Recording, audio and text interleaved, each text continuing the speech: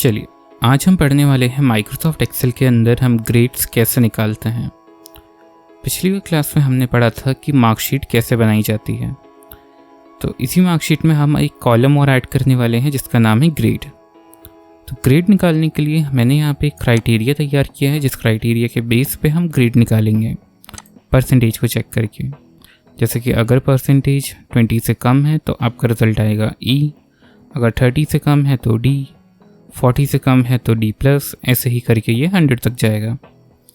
अब इसको इस्तेमाल करने के लिए हमें एक फार्मूला का यूज़ करना है जिसका नाम है इफ़, बट हम इसको मल्टीपल टाइम यूज़ करेंगे तो इसका नाम पड़ जाता है नेस्टेड इफ़। नेस्टेड इफ़ एक ऐसा इफ़ होता है जिसमें एक से ज़्यादा इफ़ का यूज़ किया जाता है। ये बहुत ही आसान फार्मूला है। चलिए इसको शुरू करते हैं। सबसे पहले हमें यहाँ पे जाना है ग्रेड वाले सेल में और यहाँ पे लगाना है इफ़। अब इफ़ में सबसे पहले जो चीज़ पूछी जाती है वो मैंने आपको पिछली क्लास में समझाई थी कैसे लगानी है।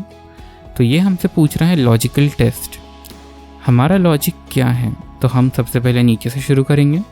तो हमारा लॉजिक है कि अगर परसेंटेज की वैल्यू कम होती है 20% से तो यहाँ पर आना चाहिए वैल्यू ऑफ ट्रू होना चाहिए E। इसको हम डबल इन्वर्टेड में लिखेंगे, देन कॉमा।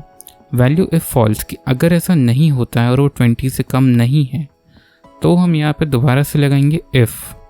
जितने लॉजिक होंगे उतने इफ़ हमें यहाँ पे लगाने पड़ेंगे। फिर से हमने परसेंटेज को सिलेक्ट करा, लेस देन 30%, कॉमा। अगर 30 से कम हुआ तो हमारा रिजल्ट क्या आएगा D, अगेन कॉमा। फिर से पूछ रहा है वैल्यू इफ़ फॉल्स, अगर फिर से वैल्यू फॉल्स होती है तो यहाँ पे फिर से इफ़ लगेगा। फिर से लॉजिक सिलेक्ट होगा यानी परसेंटेज लेस देन 40%, कॉमा। अगर 40% हुआ या उससे 40% से कम हुआ तो यहाँ पर आएगा D+, अगेन कॉमा। फिर से आ रहा है वैल्यू इफ फॉल्स। तो जब तक हम A+ तक नहीं पहुँचते हमें वैल्यू फॉल्स में इफ़ ही लगाना है। फिर से इसको सिलेक्ट करेंगे, लेस देन 50%, कॉमा। अगर 50% से कम होता है तो यहाँ पर आएगा C, अदरवाइज दोबारा इफ़ लगेगा। फिर से परसेंटेज को सिलेक्ट करेंगे, लेस देन 60%, अगर 60% से भी कम होता है तो यहाँ पर आएगा C+, कॉमा। वैल्यू फॉल्स में दोबारा से हम इफ लगा देंगे। फिर से अपन ने इसको सिलेक्ट करा, लेस देन 70%, अगर 70% से कम होता है तो यहाँ पे क्या आना चाहिए B, कॉमा। फिर से वैल्यू फॉल्स आ रहा है, फिर से हम इफ लगाएंगे। फिर से इसको सिलेक्ट करेंगे, जब तक A नहीं आ जाता तब तक अपन को ये करते रहना है यानी 90 तक। फिर ये क्या पूछ रहा है, अगर ये 80 से कम होता है तो 80% से कम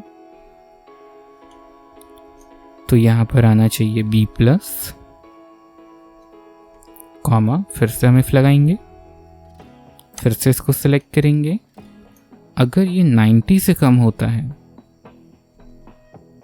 तो यहाँ पर आना चाहिए A। अब यहीं पर हमें रुक जाना है। हमने जितने लॉजिक लगाए थे वो इस तरह थे कि अगर 20 से कम हुआ तो E, 30 से कम हुआ तो D। अब ये किस बेस पे लगेंगे कि सबसे पहले चेक होगा अगर परसेंटेज 20 से कम है तो यहाँ पे आएगा E। अगर ऐसा नहीं होता है तो नेक्स्ट लॉजिक चेक करेंगे, अगर 30 से कम है तो आएगा D, बट ऐसा भी नहीं होगा तो फिर इसको चेक करेंगे।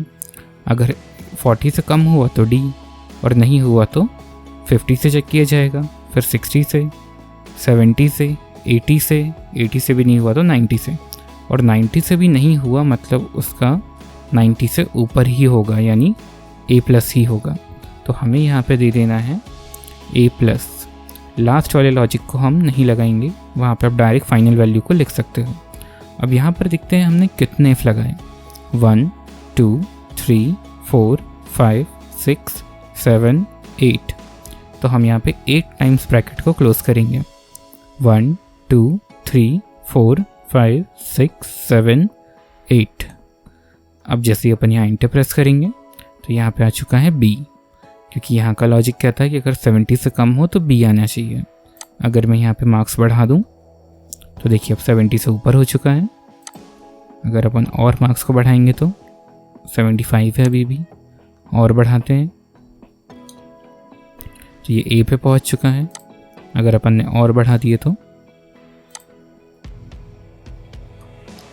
ये 92% यानी A+ पे पहुँच चुका है।